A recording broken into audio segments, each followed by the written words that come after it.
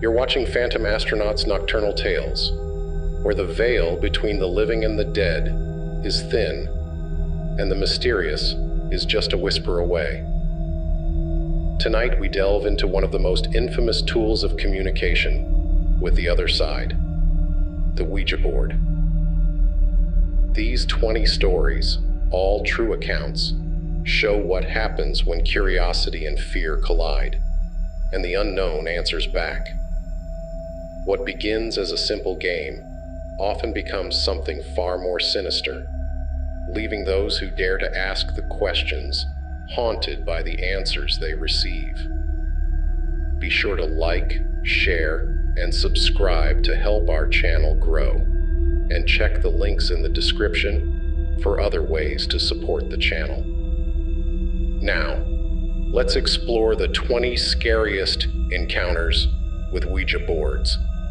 Stories that will make you think twice before ever touching one.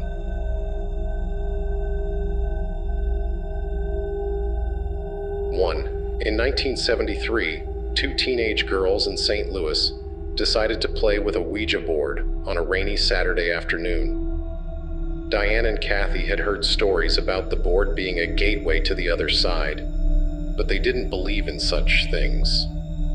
It was just a game, after all.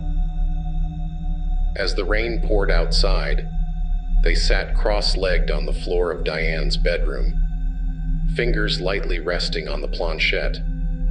At first, nothing happened. They laughed, pushing the planchette around themselves, pretending it was moving on its own. But then, the laughter died when the board began to respond without them moving it. Slowly, deliberately, the planchette spelled out a message. "I am here."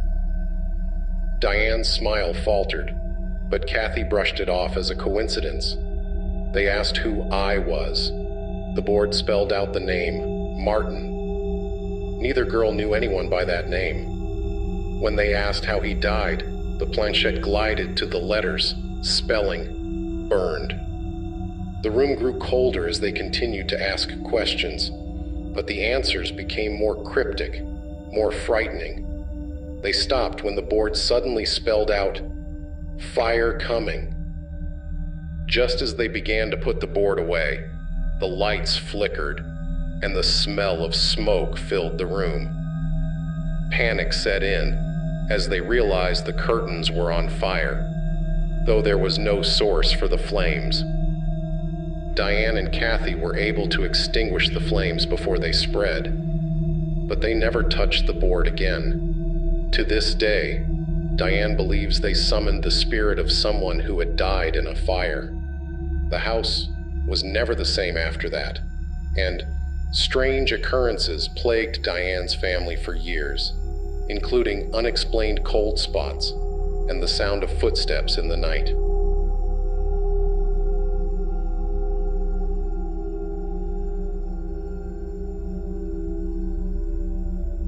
2. The Letters of the Dead, Boston, Massachusetts, 1949.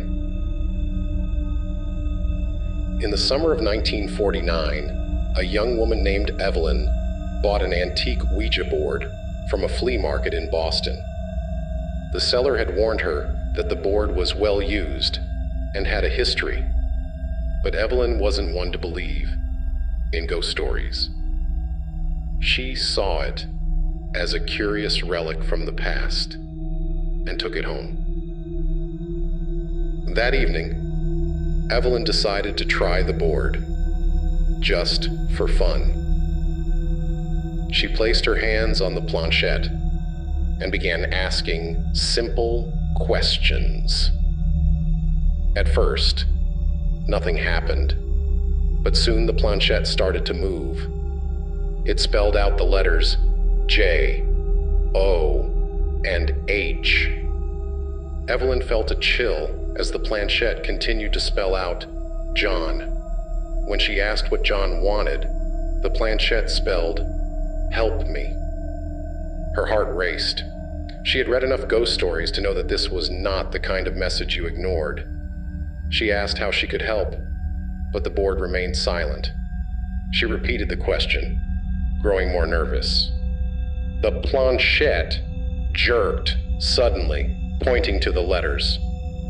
D, E, A, D. The air in the room grew thick, oppressive. The windows rattled, though there was no wind outside. Evelyn tried to end the session, but the planchette moved on its own, spelling out, "You will see me." That night, Evelyn dreamed of a man in a dark suit standing at the foot of her bed, his face gaunt, his eyes hollow. He didn't speak, just stared at her, his presence filling the room with a sense of dread. When she awoke, she found the board on the floor, though she had left it on the table. Evelyn never used the Ouija board again, but she continued to dream of the man for months. The same message echoed in her dreams. "Help me." She later learned that the board had once belonged to a family whose son, John, had died under mysterious circumstances. Evelyn believes that John was trying to reach out to her, but she never found out how she could help. 3. The Goodbye That Never Came. Pittsburgh, Pennsylvania, 1998. It was a late October night in 1998 when Mark, Jenny, and their friend Amanda decided to try the Ouija board at a Halloween party. They were in their early 20s, just out of college, and looking for something fun to pass the time. Someone at the party had brought the board as a joke, but as the night wore on, curiosity got the best of them. They sat in a circle in the dimly lit living room, fingers resting lightly on the planchette. The group started with basic questions. Is there anyone here? The planchette moved slowly at first, pointing to yes.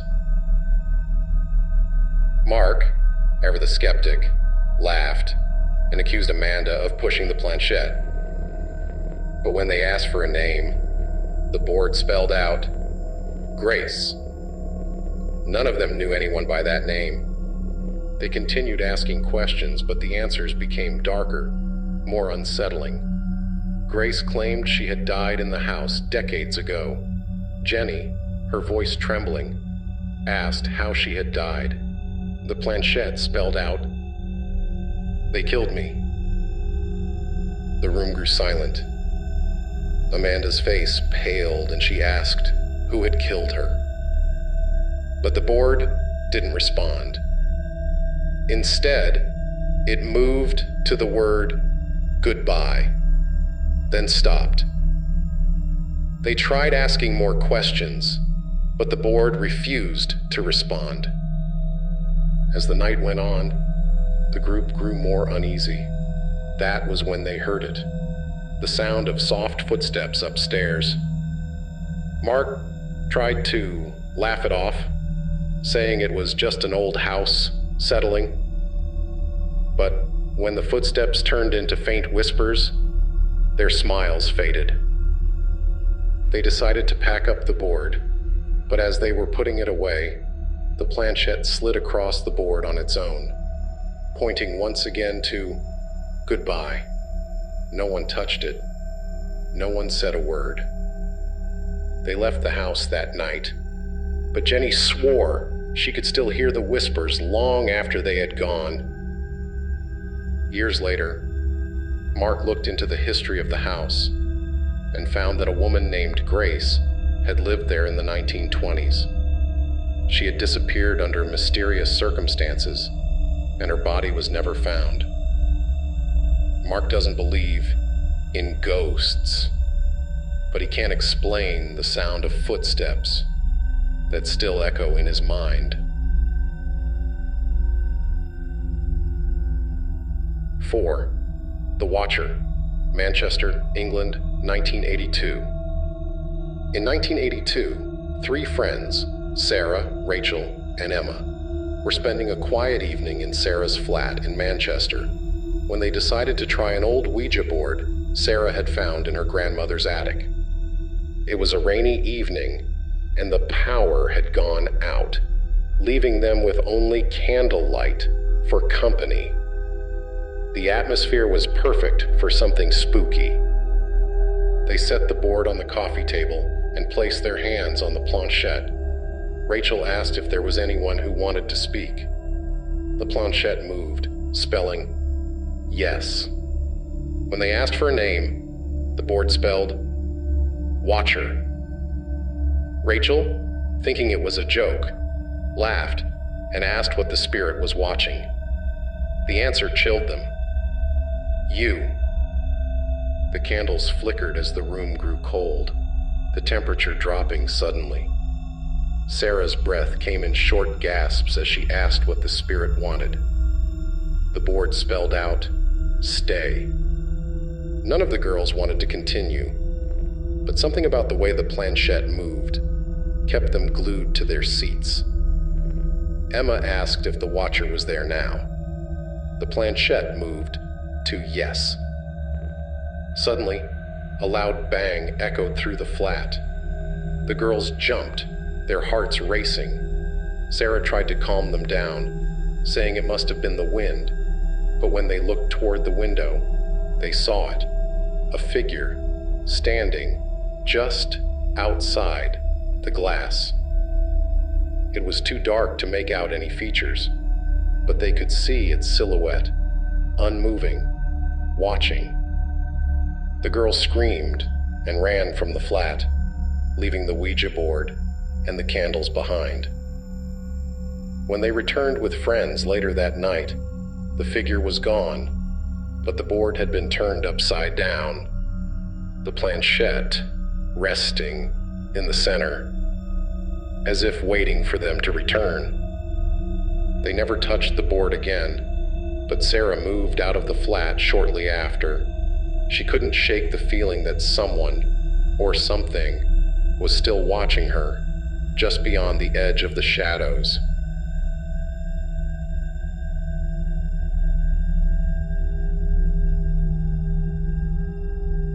Five. The House on Sycamore Street, Chicago, Illinois, 2001.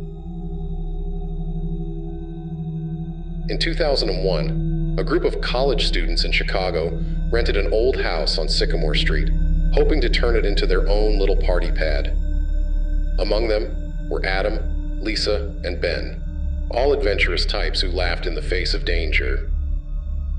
So, when Lisa suggested they try a Ouija board one late night in September, none of them hesitated. They sat around the kitchen table, candles flickering in the dim light, their fingers resting on the planchette. Adam, the most skeptical of the group, asked if there were any spirits in the house. To his surprise, the planchette moved to yes. Lisa giggled, but Ben frowned, his eyes fixed on the board. They asked for the spirit's name, and it spelled out David. When they asked how David had died, the planchette moved slowly, spelling, he took me. The mood in the room shifted instantly, a cold weight settling over them. Ben asked who had taken David, but the board didn't answer. Instead, the candles flickered, and a loud creak came from the floorboards above them. They all looked up, the sound unmistakable. Footsteps, slow and deliberate, moving across the second floor. Adam laughed nervously, saying it was just the house settling, but none of them believed him. They tried to ask more questions, but the board only spelled out one word, over and over again. Run. Terrified, they grabbed the board and tossed it into the fireplace, hoping that would be the end of it. But that night, Ben woke to the sound of footsteps just outside his bedroom door. He opened the door, but no one was there. The next morning, they found the Ouija board intact, sitting in the fireplace, as if it had never been burned. They moved out of the house a month later, but Ben couldn't shake the feeling that something had followed him. He started seeing shadows in his apartment, hearing whispers in the night. He still wonders if David was warning them, or if the entity in the house was something far worse.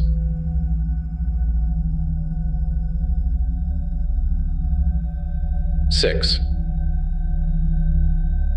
The Lost Girl, Paris, France, 1935. In 1935, a group of art students living in Paris rented a small, rundown flat in the Montmartre district. It was cheap and close to the art schools, but it came with a reputation, rumors that the building was haunted. The students didn't care. They were too busy living the bohemian lifestyle to worry about ghosts. One rainy night, after a few too many bottles of wine, the group decided to try a Ouija board they had found at a local flea market. They gathered around the board, laughing and teasing each other as they began to ask questions. When they asked if there was anyone in the room with them, the planchette moved quickly, spelling, yes. They asked for a name, and the board spelled, Clara. None of them knew anyone by that name. When they asked how old Clara was, the board spelled 10. The mood in the room grew somber as they realized they might be speaking to the spirit of a child. One of the students, Marguerite, asked how Clara had died. The board didn't respond immediately, but after a few moments, the planchette began to move, spelling out, lost.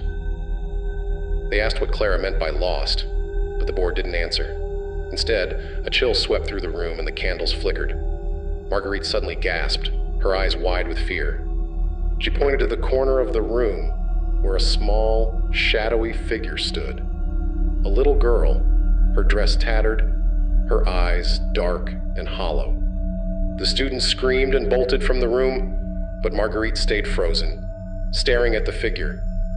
Later, she said that the girl had whispered to her, saying, "Help me find my way." The students never touched the board again, but Marguerite was haunted by dreams of the little girl for years. She later learned that a girl named Clara had gone missing in that building during the early 1900s. Her body never found. Marguerite believes that Clara's spirit was still searching for her way home, trapped between worlds. 7. The Moving Planchette, Melbourne, Australia, 1979. In 1979, a group of friends in Melbourne decided to spend their Friday night exploring the mysteries of the Ouija board. Among them were Luke, Emily, and Sarah, who had been fascinated by stories of the paranormal for years, but had never experienced anything firsthand. They gathered in Luke's living room, the curtains drawn, and the lights dimmed. The board sat on the coffee table, and they placed their hands lightly on the planchette. Emily asked the first question, "Is anyone here with us?" The planchette moved quickly, spelling, "Yes." Luke, ever the skeptic, laughed and accused Emily of pushing it, but she swore she wasn't. They asked for the spirit's name, and it spelled William. Sarah asked how William had died, and the board responded with, "Fall." They asked where he had fallen, but the planchette hesitated before spelling, "Bridge."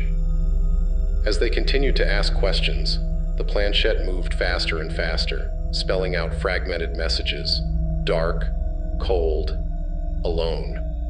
Luke's skepticism faded as the room grew colder, and the sound of creaking floorboards echoed from the hallway.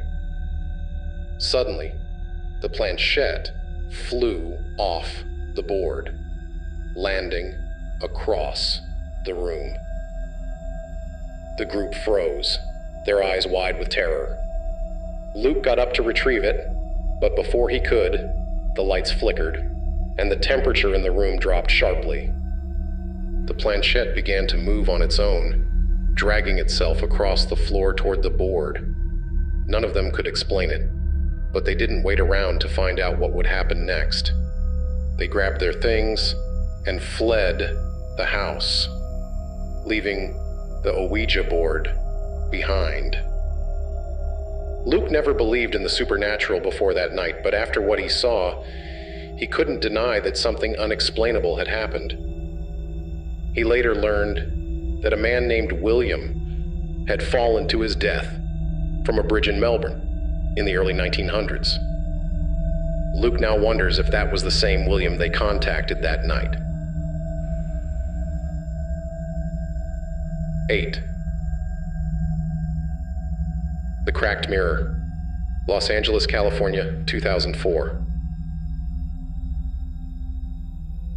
It was Halloween night in 2004 when a group of high school friends in Los Angeles decided to play with a Ouija board in the attic of an old Victorian house.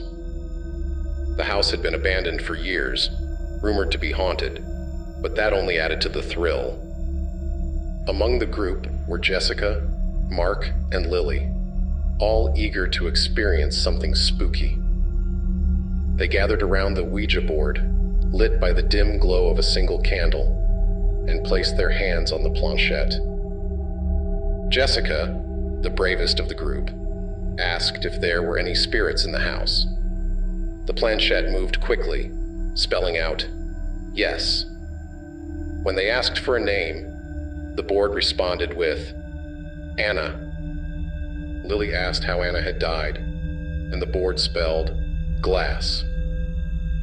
They asked what Anna meant by glass, but before the planchette could move, the mirror on the far wall cracked, the sound echoing through the attic like a gunshot. The candle flickered wildly, casting eerie shadows on the walls. The group stared at the mirror, now split down the middle, but there was no sign of anyone else in the attic. Mark tried to laugh it off, saying it was just a coincidence, but none of them believed him. They tried to end the session, but the planchette wouldn't move to goodbye. Instead, it spelled out one final message: look behind you. Terrified, they turned to find a figure standing in the shadows. A woman, her face pale and her eyes hollow. She stared at them for a moment before vanishing into the darkness. They fled the house that night, but Jessica couldn't shake the feeling that Anna had followed her. She started seeing reflections of a woman in mirrors, her face twisted in anguish, always disappearing just before Jessica could get a clear look. Jessica later learned that a woman named Anna had died in the house in the 1920s after a shard of glass from a broken mirror severed her throat. The house has since been demolished, but Jessica still avoids mirrors, afraid of what or who might be looking back at her.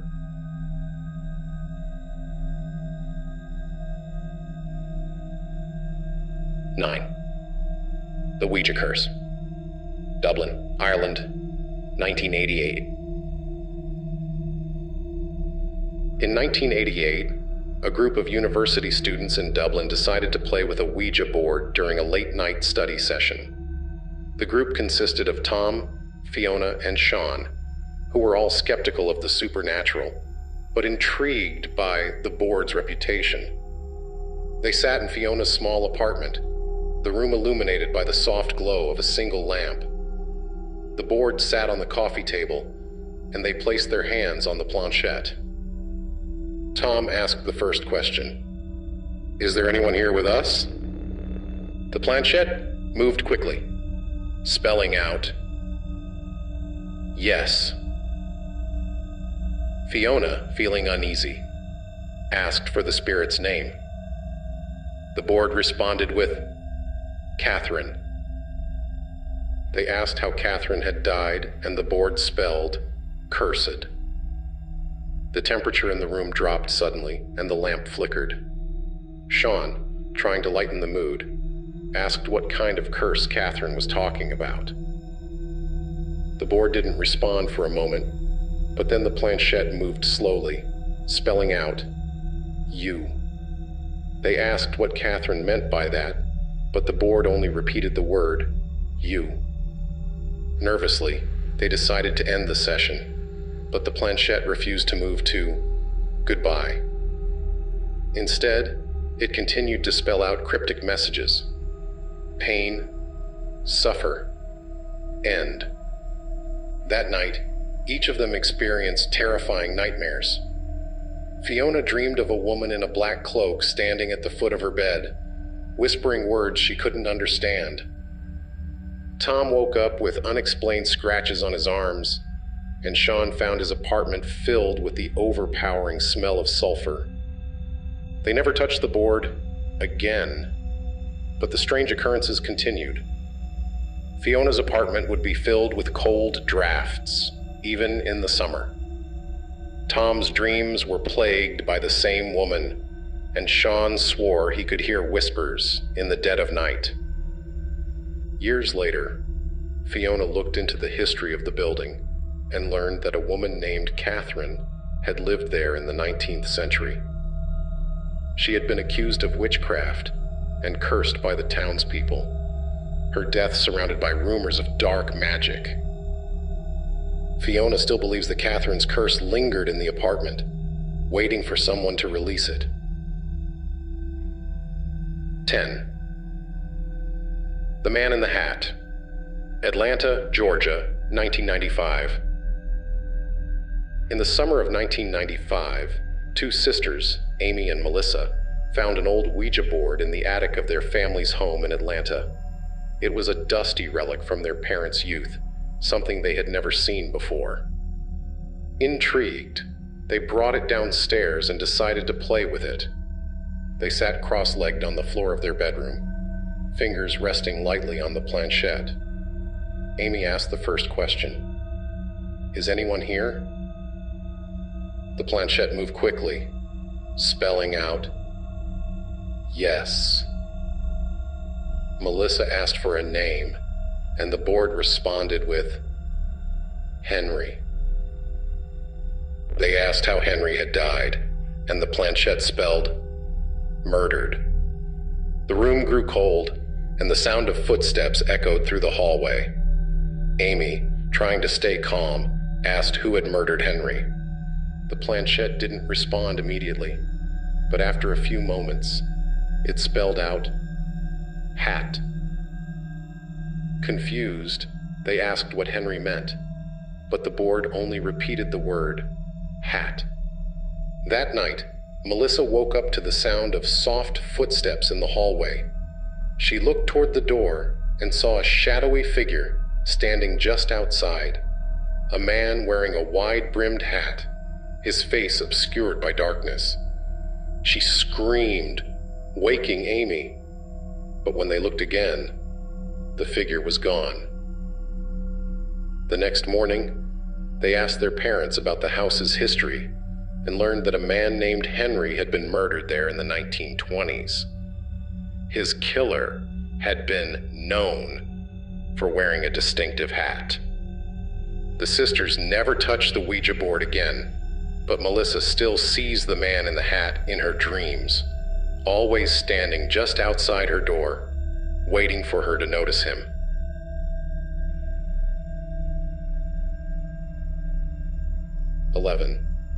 The Forgotten Room, Edinburgh, Scotland, 2006. In 2006, a group of friends rented a flat in Edinburgh for a weekend getaway. The building was old, full of history and character, but it also had a reputation for being haunted. The friends, eager for a thrill, brought along a Ouija board. On the second night of their stay, they gathered around the board in the living room, the air thick with anticipation. They placed their hands on the planchette and asked the first question, "Is there anyone here?" The planchette moved quickly, spelling out, "Yes." When they asked for a name, the board responded with, "Elizabeth." They asked how Elizabeth had died, and the board spelled, "Trapped." Confused, they asked where she had been trapped, but the planchette hesitated before spelling, "Room." One of the friends, Anna, asked what room Elizabeth was talking about. The board spelled out, "Behind you."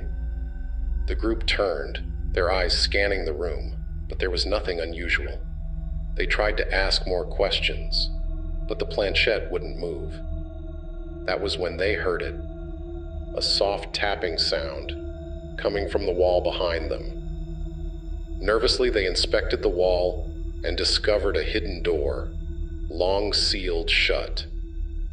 The door led to a small, forgotten room, barely big enough to stand in. Inside, they found an old, tattered dress and a few pieces of broken furniture covered in dust. Later, they learned that a woman named Elizabeth had gone missing from the building in the 1800s, her body never found. The friends believed that Elizabeth had been trapped in that room, and her spirit was still trying to reach out for help.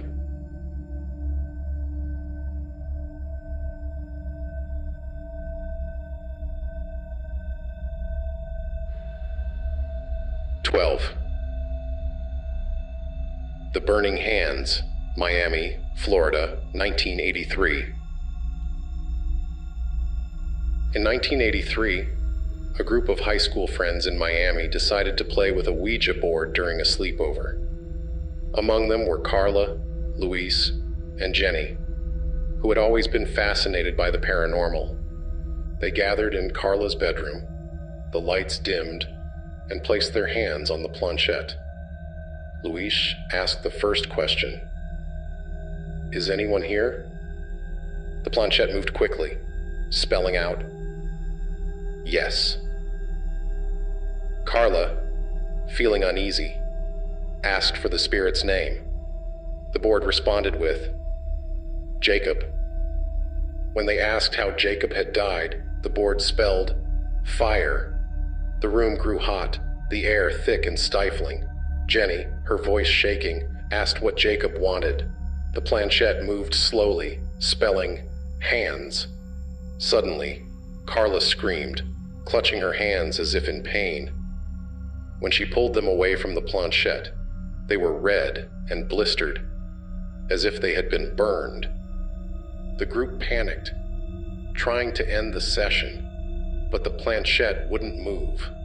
The temperature in the room continued to rise, and Carla's hands burned even hotter. Finally, they were able to push the planchette to goodbye, and the room returned to normal. Carla's burns healed, but the scars remained. She later learned that a boy named Jacob had died in a fire in the neighborhood years ago, his body found with his hands burned beyond recognition.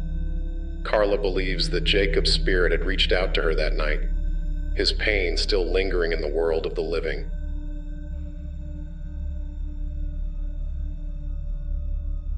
"13. The Whispering Dolls. Tokyo, Japan, 1997. In 1997, a group of university students in Tokyo decided to experiment with a Ouija board during a weekend trip to the countryside. They had rented a small traditional house for the weekend, and on the first night, they found an old Ouija board tucked away in one of the closets. Curious, they decided to give it a try. Among them were Yuki, Haru, and Mika, all eager for something spooky to happen. They placed their hands on the planchette and asked the first question, Is anyone here? The planchette moved slowly, spelling out, yes. When they asked for a name, the board responded with, doll. Confused, Yuki asked what the spirit meant by doll. The planchette hesitated before spelling, whisper. Suddenly, the sound of soft whispering filled the room, though none of them could make out the words. The group looked around, trying to find the source of the whispering, but there was no one else in the house. Haru, feeling uneasy, asked what the spirit wanted. The board responded with, listen. That night, they were all woken by the sound of whispering. It seemed to come from the walls, soft and distant, but growing louder and more frantic as the night went on. Yuki got up to investigate and found a small porcelain doll sitting on the floor in front of the closet, though none of them had touched it. The doll's lips seemed to be moving, though no sound came out.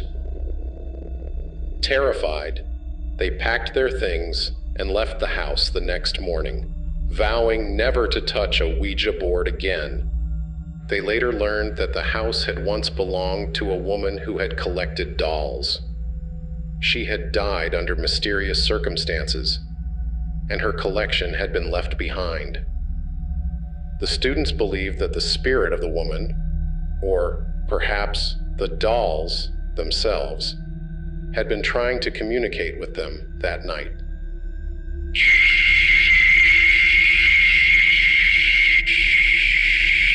"14. The Basement Door, Portland, Oregon, 2011. In 2011, a group of friends in Portland decided to play with a Ouija board in the basement of an old house they had rented for the summer. The house had a reputation for being haunted, but they didn't take the story seriously until that night. The group included Emily, Jake, and Olivia, who had always been fascinated by the paranormal. They set up the board in the dimly lit basement, their fingers resting lightly on the planchette. Jake asked the first question. "Is anyone here?" The planchette moved quickly, spelling out, "Yes." Olivia asked for a name, and the board responded with, "Daniel." When they asked how Daniel had died, the board spelled, "door." Confused, they asked what door he was talking about. The planchette moved slowly, spelling, "basement."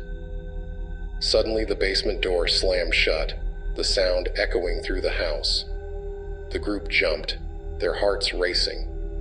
They tried to open the door, but it wouldn't budge. Panic set in as they tried to end the session, but the planchette wouldn't move. The temperature in the basement dropped sharply, and they could hear the sound of footsteps approaching the door. Finally, the planchette moved to goodbye, and the door creaked open on its own. They ran out of the basement, leaving the Ouija board behind. Later, they learned that a man named Daniel had died in the house in the 1950s, after being locked in the basement during a fire. The group believes that Daniel's spirit was still trapped in the basement, trying to escape the door that had sealed his fate.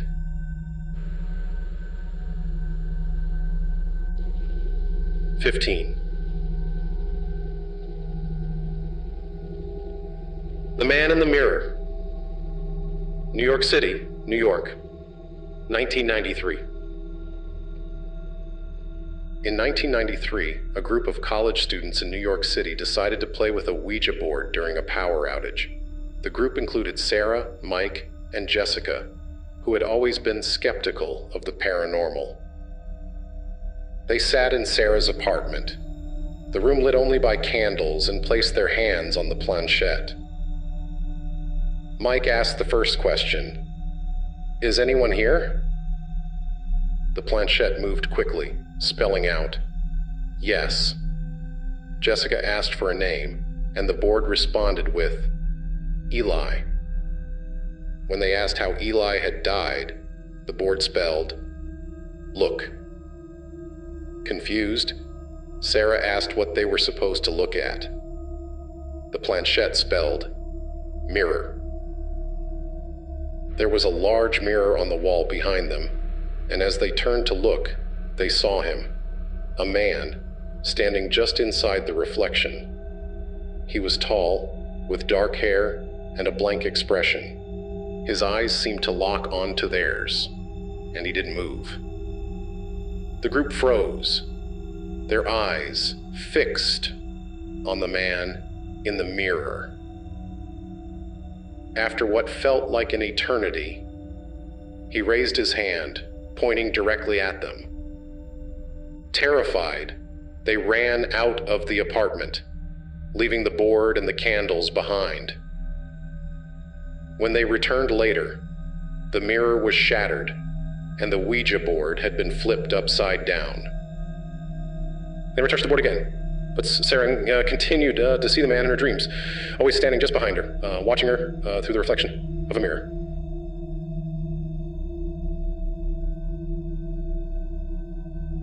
"16. The Voice in the Attic. London, England, 1976.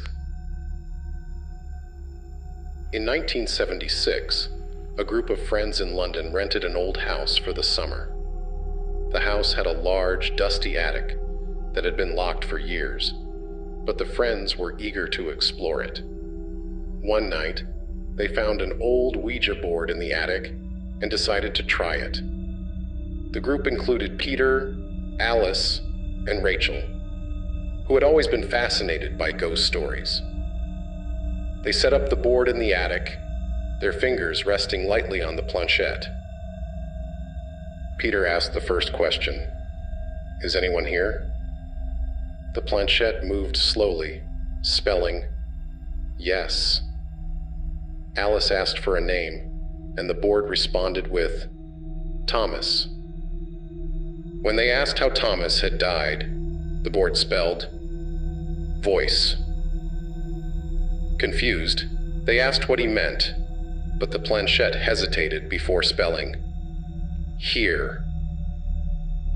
Suddenly, a soft voice echoed through the attic, though none of them could make out the words. It was distant, but unmistakable. A man's voice, whispering from somewhere in the shadows.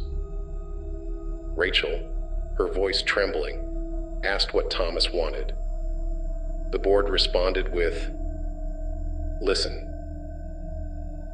The whispering grew louder, more frantic, as if the voice was trying to communicate something important. But no matter how hard they listened, they couldn't understand the words.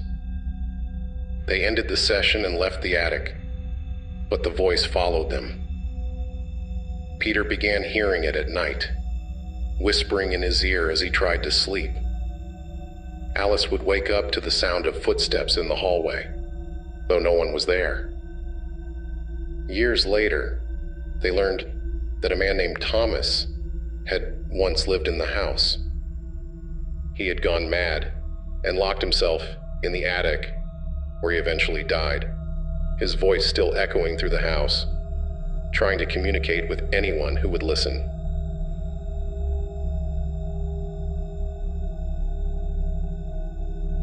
"17.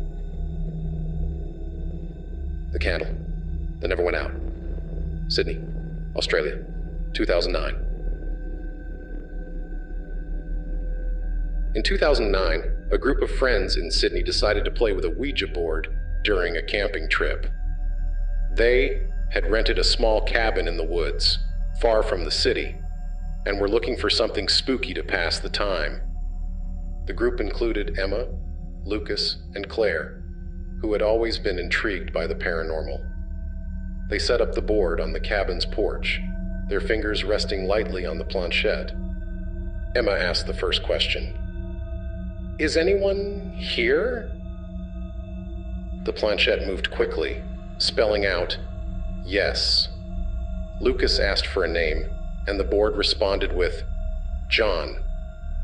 When they asked how John had died, the board spelled, "Fire." The temperature around them dropped, and the candles they had lit flickered in the cold breeze. Claire, feeling uneasy, asked what John wanted. The board responded with, "Light."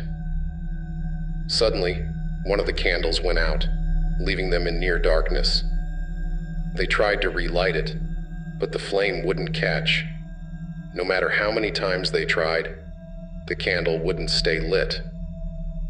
They ended the session and went inside the cabin, but the strange occurrences didn't stop. That night, the same candle continued to flicker on and off, even though no one was near it. The next morning, they found the candle completely melted, though it had barely burned the night before. Emma later learned that a man named John had died in a fire near the campsite years ago. She believes that his spirit was still searching for light, trying to relive the moment of his death.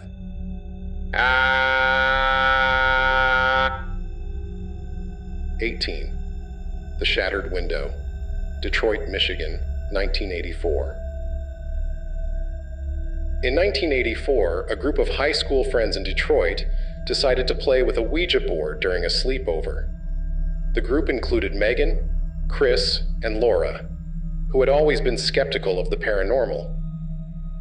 They gathered in Megan's living room, the lights dimmed, and placed their hands on the planchette. Chris asked the first question, "Is anyone here?" The planchette moved quickly, spelling out, "Yes." Laura asked for a name, and the board responded with, "David." When they asked how David had died, the board spelled, "Window." Suddenly, the room grew cold, and the sound of shattering glass echoed through the house. They looked toward the window and saw that it had cracked, though there was no sign of anyone outside. The temperature continued to drop, and Megan felt a sharp pain in her hand, as if she had been cut. They ended the session and tried to forget about the incident, but the strange occurrences continued. The window remained cracked, no matter how many times they tried to fix it. Megan's hand continued to hurt, though there was no visible wound. Years later, Megan learned that a boy named David had died in a car accident near her house. His car had crashed through a window, killing him instantly. Megan believes that David's spirit had been trying to communicate with them that night, reliving the moment of his death.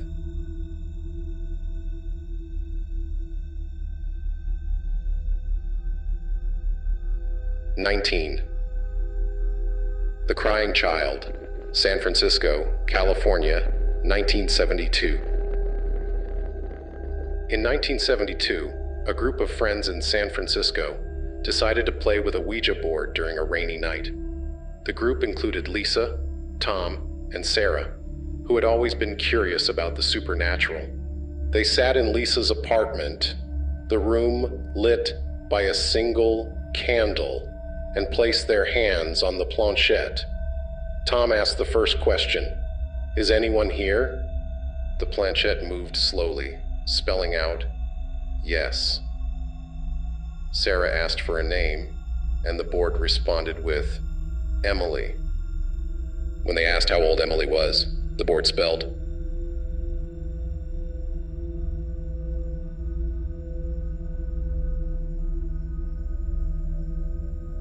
The mood in the room shifted as they realized they might be speaking to the spirit of a child.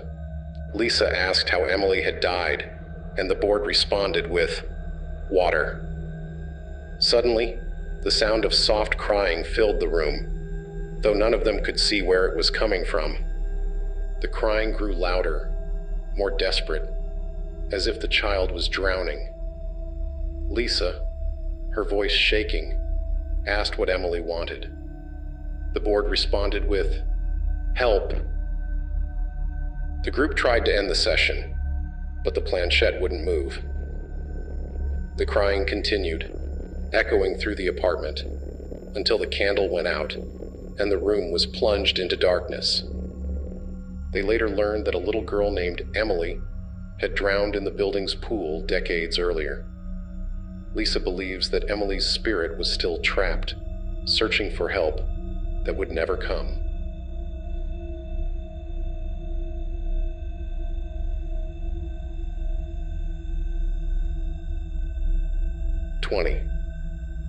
The Figure in the Corner, New Orleans, Louisiana, 2014. In 2014, a group of friends in New Orleans decided to play with a Ouija board during a stormy night. The group included Claire, James, and Lucy, who had always been fascinated by the paranormal. They gathered in Claire's apartment, the rain pouring outside, and placed their hands on the planchette. James asked the first question, "Is anyone here?" The planchette moved quickly, spelling out, "Yes." Lucy asked for a name, and the board responded with, "Louis." When they asked how Louis had died, the board spelled, "Hanged." The temperature in the room dropped, and the sound of creaking ropes filled the air. Claire, feeling uneasy, asked where Louis was. The planchette moved slowly, spelling, "Corner." The group turned toward the corner of the room and saw him, a shadowy figure hanging from an invisible rope, his face twisted in agony. He swayed slightly, his eyes fixed on them. Terrified, they ended the session and left the apartment. Claire later learned that a man named Louis had been hanged in the building during the 1800s. She believes that his spirit was still lingering in the apartment, reliving the moment of his death. Thank you for joining me on this eerie journey through some of the scariest real-life encounters with Ouija boards. If tonight's episode of Phantom Astronaut's Nocturnal Tales kept you up, remember to like, share, and subscribe to help the channel grow. Don't forget to check the links in the description for more ways to support us. This has been Phantom Astronaut's Nocturnal Tales, and I will see you out there.